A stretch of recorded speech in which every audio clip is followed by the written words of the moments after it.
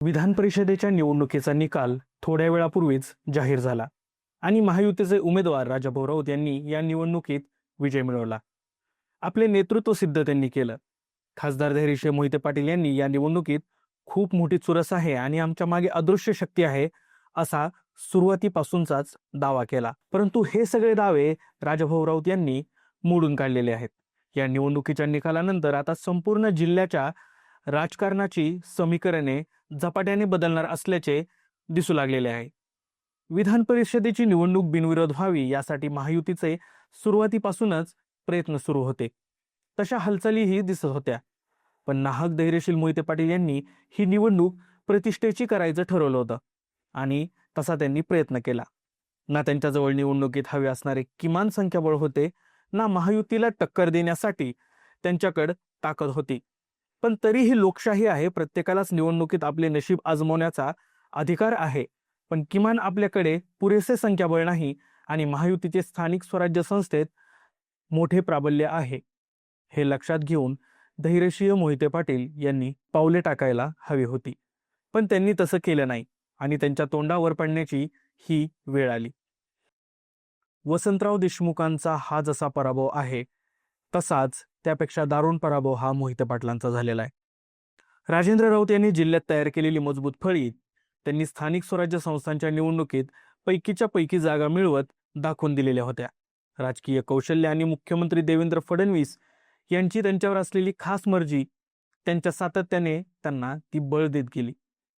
विधानसभेच्या निवडणुकीत त्यांचा झालेला निसटता पराभव त्यांच्या कार्यकर्त्यांच्या अगदी सामान्य बार्शीकरांच्याही जिव्हारी लागलेला होता.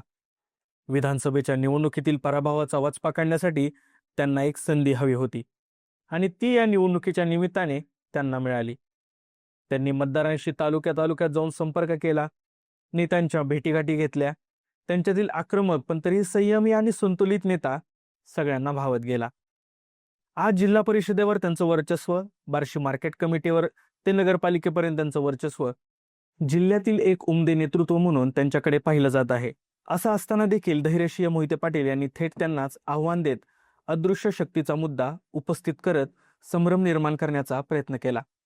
त्यामुळे या निवडणुकीच्या निमित्ताने राऊत विरुद्ध मोहिते पाटील या नव्या संघर्षाची सुरुवात आता झालेली आहे. हा राजकीय संघर्ष मोहिते पाटील यांना भविष्यात जड जाणार हे निश्चित. त्याचं कारण असं आहे की नुकतीच राजाभाऊ राऊत यांनी दिलेली प्रतिक्रिया, निवडणुकीचा निकाल लागू द्या, मग अकलूजच्या विजय चौकात जाहीर सभा घेतो आणि मोहिते पाटलांनी केलेल्या आरोपाला मी उत्तर देतो. इतक्यावरच ते थांबले नाहीत, तर DCC बँक आणि अकलूजच्या सुमित्रा पतसंस्थेचा मुद्दाही त्यांनी उपस्थित केला. त्यांचा थेट इशारा असाच होता की आता मोहिते पाटील यांच्या विरोधात आपण लढा देऊ. कधी काळी सोलापूर जिल्ह्याचे राजकीय केंद्रस्थान हे अकलूज होतं. जिल्ह्याच्या राजकारणाचे पानही मोहिते पाटील यांच्याशिवाय हलत नव्हतं. पण त्यावेळी विजयसिंह मोहिते पाटील हे राजकारणात सक्रिय होते. त्यांनी संयमी आणि संतुलित राजकारण केलेलं. उगीच विरोधासाठी विरोध करणारी दादांची भूमिका कधीच राहिली नव्हती. त्या उलट आता ते सक्रिय नसल्याने राजकीय विरोध प्रचंड वाढत गेला आणि मोहिते पाटील यांची सोलापूर जिल्ह्याच्या राजकारणावरची पकड हळूहळू कमी होत गेली. रणजितसिंह मोहिते पाटील भाजपात आहेत की नाहीत हेही त्यांच्या कार्यकर्त्यांना सध्या सांगता येत नाहीये. अशी परिस्थिती सगळी तिथली आहे. या सगळ्या पार्श्वभूमीवर राजाभाऊ राऊत बाजीगर ठरलेत.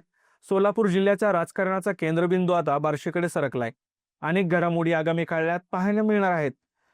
पण आता इतकेच नक्की आहे की मोहिते पाटील यांच्या राजकीय अस्तित्वाला राजेंद्र राऊत मोठा शह देणार. सध्या तरी हे चित्र समोर दिसतंय. आता विधान परिषदेच्या निमित्ताने राजाभाऊ राऊत हे जिल्ह्याचे आमदार झालेले आहेत. त्याचा उपयोग ते विकासाच्या अनुषंगाने जसा करतील तसाच तो आपल्या जिल्ह्याच्या राजकारणातील पकड अधिक मजबूत करण्यासाठी करतील. भाजपकडे जिल्ह्याच्या राजकारणात आज तरी त्यांच्या इतका सक्षम नेता सध्या नाहीये.